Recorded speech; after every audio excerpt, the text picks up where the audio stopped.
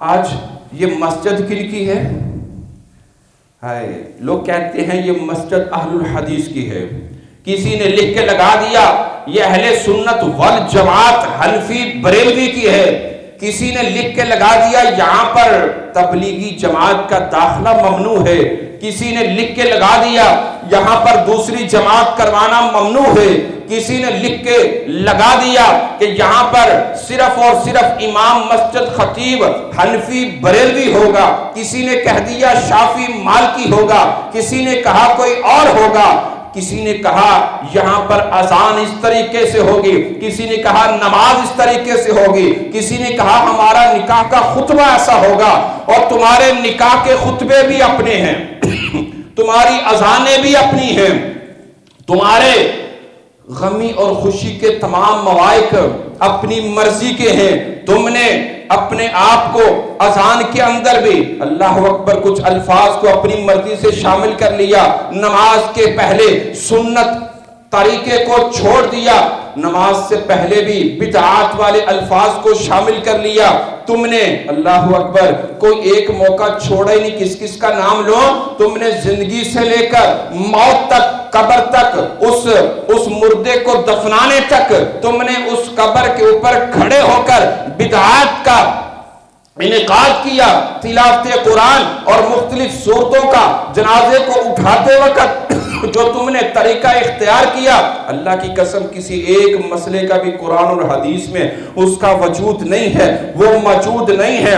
لیکن مجھے فخر ہے, مجھے اللہ پر, اللہ کی کتاب پر شکر ہے, رسول اللہ کا امتی ہونے پر فخر ہے کہ میرے نبی نے, میرے امام نے, میرے مرشد نے, میرے رہبر اور رہنما نے مجھے اذان سکھلائی, مجھے اذان بتلائی. تو وہ اذان بتائی جس اذان کا آج تو مذاق اڑاتا ہے, جس اذان کو تو آج وہابیوں کی اذان کہتا ہے, جس اذان کو تو آج اللہ اکبر کہنے والے کو غلیظ زبان سے, غلیظ الفاظ سے, غلیظ انداز سے, ناپاک زبان کو استعمال کرتے ہوئے اتنے بڑے قد والے, اتنے بڑی شان والے, اتنے بڑے مقام والے الفاظ اور کہنے والے کو تو بے ادبی کرتا ہے, جس کے لیے اللہ اکبر کبھی سوچ تو لیتا, کبھی پڑھ تو لیتا, کبھی مطالعہ تو کر لیتا. یہ اذان کا مقام کیا ہے, یہ اذان کی شان کیا ہے, اور اذان دینے والے کو اللہ نے مقام اور درجہ کیا دیا ہے. آئیے ذرا تاریخ کے اوراق کو پلٹ کے دیکھتے ہیں. جب کائنات کے امام کو, کائنات کے رسول کو, کائنات کے سردار کو اللہ نے با جماعت نماز پڑھنے کا حکم دیا, با جماعت کھڑا ہونے کا حکم دیا, صحابہ کو لائنوں میں لانے کا حکم دیا, اس وقت مدینہ کی بستی ہے, مدینہ کی ریاست ہے, مدینہ کی تاریخ ہے, مدینے کا علاقہ ہے. جاؤ تاریخ کو اٹھا کے دیکھو. کائنات کے امام نے بلایا, ساتھیوں کو بلایا, مشورہ کیا, نماز کے لیے کھڑا ہونا ہے, لوگوں کو جمع کرنے کا طریقہ کیا ہوگا؟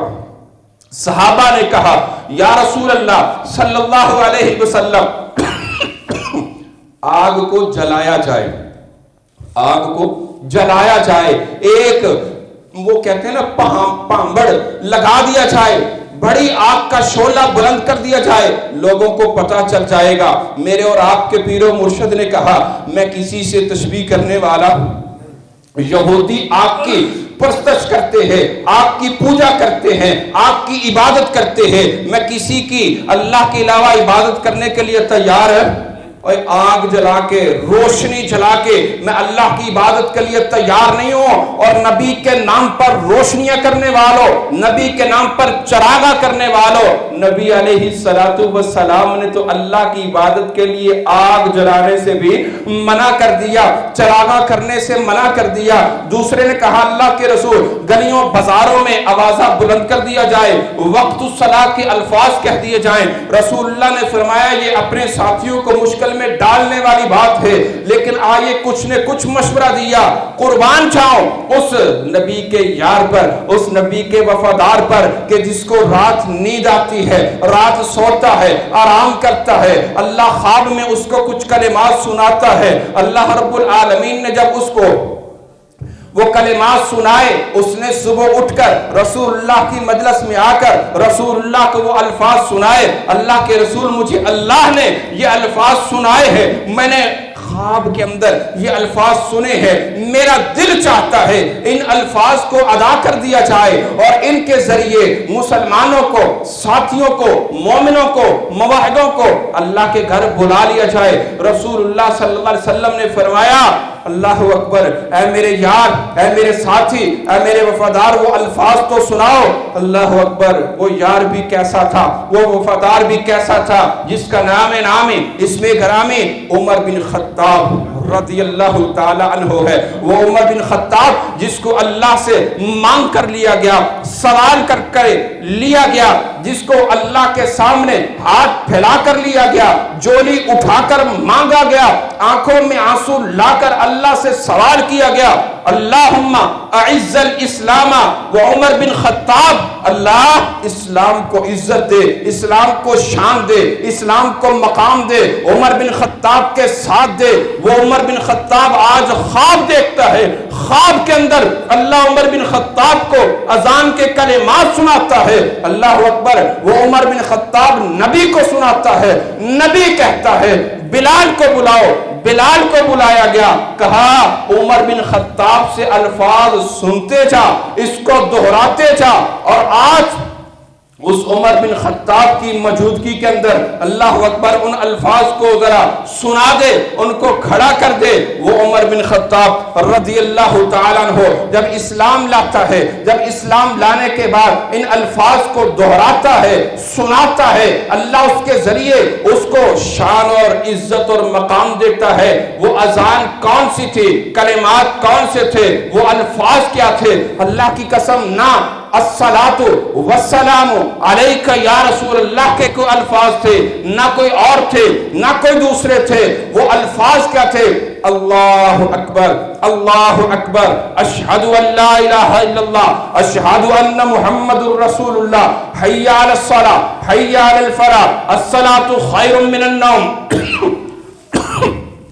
یہ الفاظ تو جب ان الفاظ کو سنایا گیا، عمر بن خطاب نے ادائیگی کی، اللہ اکبر، بلال رضی اللہ تعالیٰ عنہ کھڑے ہوئے، ان الفاظ کو کہا، تاریخ کا حصہ بن گیا۔ جو الفاظ بلال نے کہے تھے، جو الفاظ عمر بن خطاب نے کہے تھے، جو فرشتہ جبریل نے آسمانوں سے اللہ کے حکم سے ان کو دکھلائے تھے، پڑھائے تھے، سکھلائے تھے، آج وہ الفاظ مکہ کے اندر، مدینہ کے اندر، شرق کے اندر، غرب کے اندر اللہ کی توفیق سے صبح بھی، شام بھی، دوپہر بھی، گرمی میں، سردی میں، اللہ کی توفیق سے وہ آوازہ بلند ہو رہا ہے، ہوتا رہے گا، تا قیامت ہوتا رہے گا، جب تک اللہ کے بندے ہیں۔ تو کہتا ہے یہ اذان وہابیوں کی اذان ہے، ہاں ہاں، ہم وہاب کے ہیں، وہاب کے بندے ہیں، وہاب کے ماننے والے ہیں، وہاب نے دین دیا ہے، وہاب نے اسلام دی ہے، وہ اس وہاب نے ہمیں تخلیق کیا ہے، اس وہاب نے ہمیں زندگی اور موت کا شعور دیا ہے، اس وہاب نے ہمارے نفع اور نقصان کا اختیار اپنے پاس رکھا ہوا ہے۔ اس وہاب کی دین کی شریعت کو پوری دنیا میں پھیلانا میرا اور آپ کا کام ہے۔ لیکن اذان، اللہ اکبر، ایسے کلمات ہیں، اپنے تو اپنے، بیگانے بھی اس کا احترام کرتے ہیں۔ اذان تو ایسا کلمہ ہے، اذان ایسا جملہ ہے جس کے بارے میں میرے اور آپ کے پیر و مرشد نے کہا تھا، مومنوں کافروں کی پہچان کا پیمانہ دیا تھا۔ علی المرتضیٰ شیر خدا رضی اللہ تعالی عنہ کو جب انہوں نے خیبر کی طرف روانہ کیا تھا کہ آج کس کو جھنڈا دوں گا، جس کے ہاتھ پہ بھول جاتے ہو، جس کے ہاتھ پہ اللہ خیبر کو فتح کرے گا، آزاد کر دے گا، وہ علاقہ آزاد ہو جائے گا، اسلام کا جھنڈا لہرا جائے گا۔ سارے مسجد میں آتے ہیں، جلدی آتے ہیں، صبح سویرے آتے ہیں، وقت سے پہلے آتے ہیں، جھنڈا مجھے مل جائے، فتح میرے ہاتھ پہ ہو جائے۔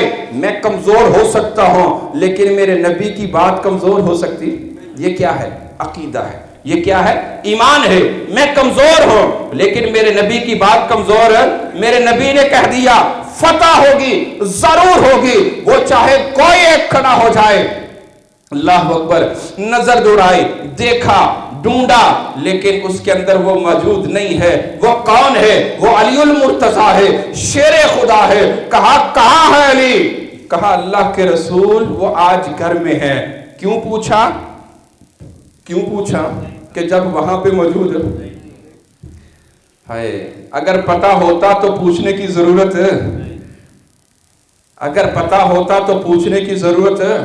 میرا نبی کبھی بھی دوگلی پالیسی کر سکتا، میرا کبھی نبی دوہرے الفاظ استعمال کر سکتا، جانتے بوجھتے ہوئے صحابہ سے سوال کر سکتا، ان کو کسی مشکل میں آزمائش میں ڈال سکتا نہیں ہے. اللہ کی قسم نبی کو علم نہیں تھا.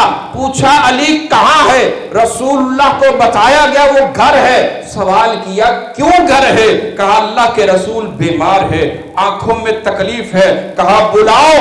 بلایا گیا، پکڑ کے لایا گیا، سوال کیا گیا علی آنکھیں کھولو. کہا اللہ کے رسول تکلیف ہے، مصیبت میں ہو، تنگی میں ہو، اس وقت تکلیف میں ہو. اللہ کے رسول علیہ السلام نے اپنے لاب دہن کو نکالا، اپنے جد اللہ والے ہاتھ سے، انگلی سے، اللہ اکبر، اس آنکھوں کے اندر لگایا.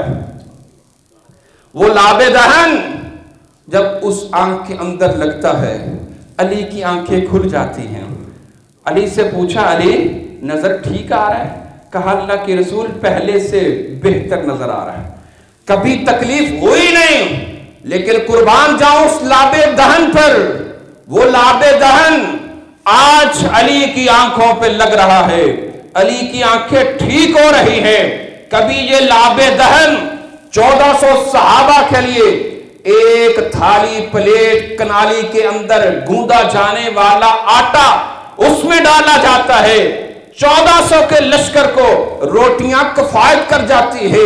ایک ہانڈی پتیلے کے اندر پکنے والا سالن، اللہ اکبر، اس کے اندر لاب دہن ڈالا جاتا ہے. پورا لشکر کھا کے مستفید ہو جاتا ہے.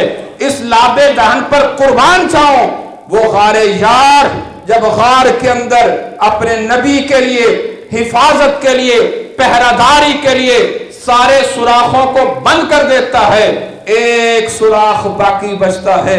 اس سوراخ کو ڈھانپنے کے لیے اس غار یار نے، اس وفادار نے، اس نبی کے جانثار نے، اللہ اکبر، اس سوراخ کو خالی چھوڑا. اور نبی کا دفاع کرنے والے ایک بھی سوراخ کو خالی نہیں چھوڑا کرتے.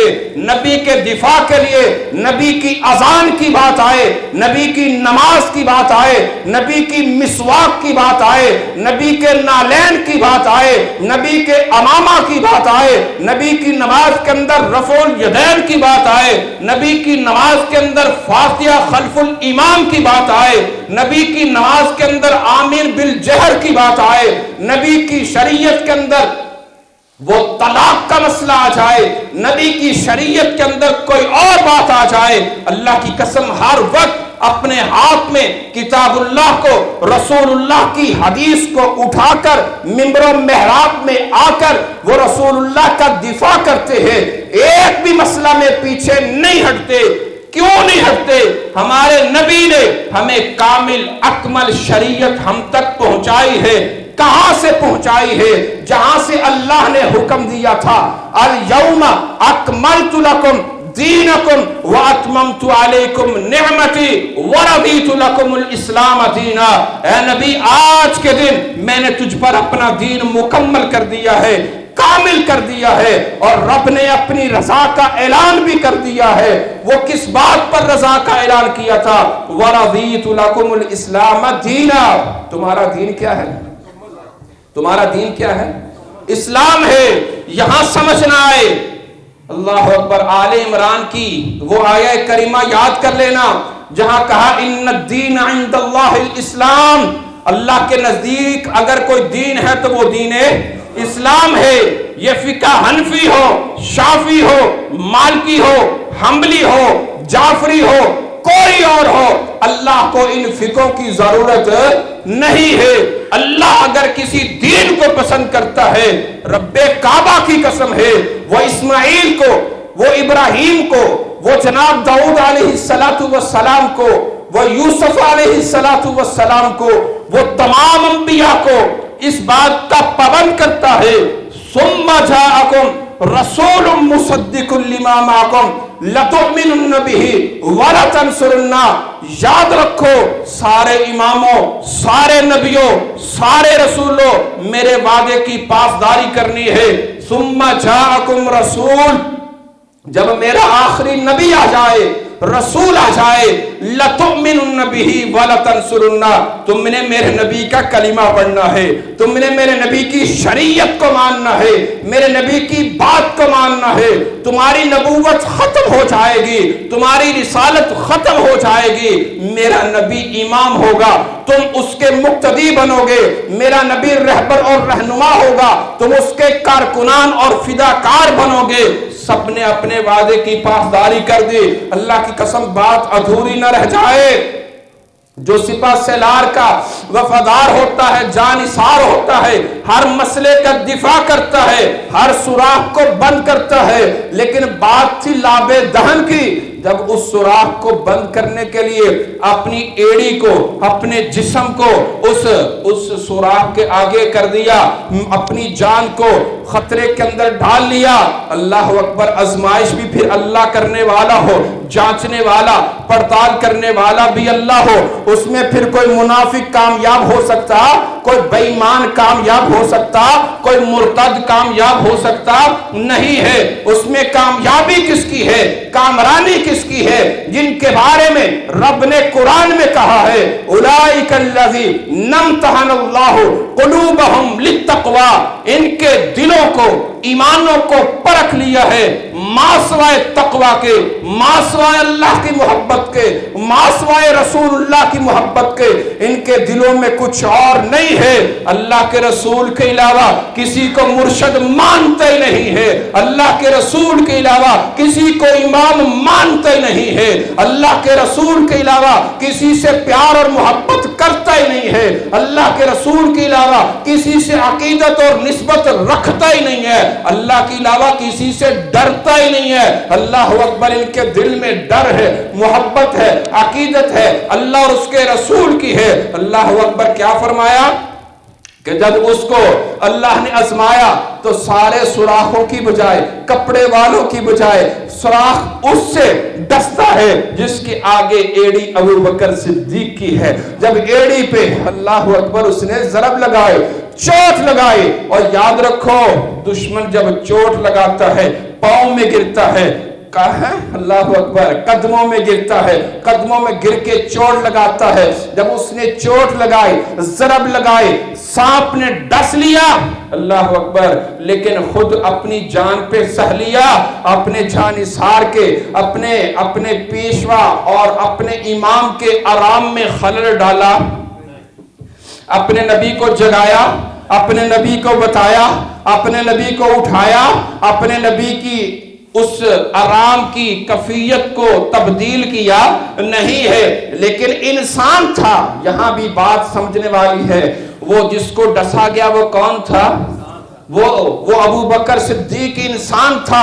جو انسان ہوتا ہے وہ تکلیف کو محسوس کرتا ہے، جب تکلیف شدت اختیار کرتی ہے جسم ہلتا بھی نہیں، اپنے آپ کو اٹھاتا بھی نہیں، کروٹ لیتا بھی نہیں، اپنے آپ کو چینج کرتا بھی نہیں، لیکن قربان جاؤں تکلیف بڑھتی گئی۔ ابو بکر صدیق کو جب شدت کی تکلیف ہوئی، آنکھوں سے آنسو بہا، اللہ اکبر، جب تکلیف میں، محبت میں، عقیدت میں آنسو بہتا ہے، پھر ان آنسوؤں کی لاج میرا اللہ کرتا ہے، میرا اللہ پھر ان آنسوؤں کو کنٹرول کرتا ہے، میرا اللہ ان آنسوؤں کو قیمتی ہیرو کی طرح سمو لیتا ہے، ان کو پکڑ لیتا ہے۔ اور یاد رکھو اللہ نے اس قیمتی آنسو کو، اتنے قیمتی ساتھی کے آنسو کو جو سمونے کے لیے جگہ دی، اللہ کی قسم اس جگہ پر بھی قربان جاؤ وہ نبی کا رخسار ہے، نبی کا چہرہ ہے، جس چہرے کے بارے میں قرآن نے ایک پوری سورہ کو وضحا کے نام سے اتارا ہے۔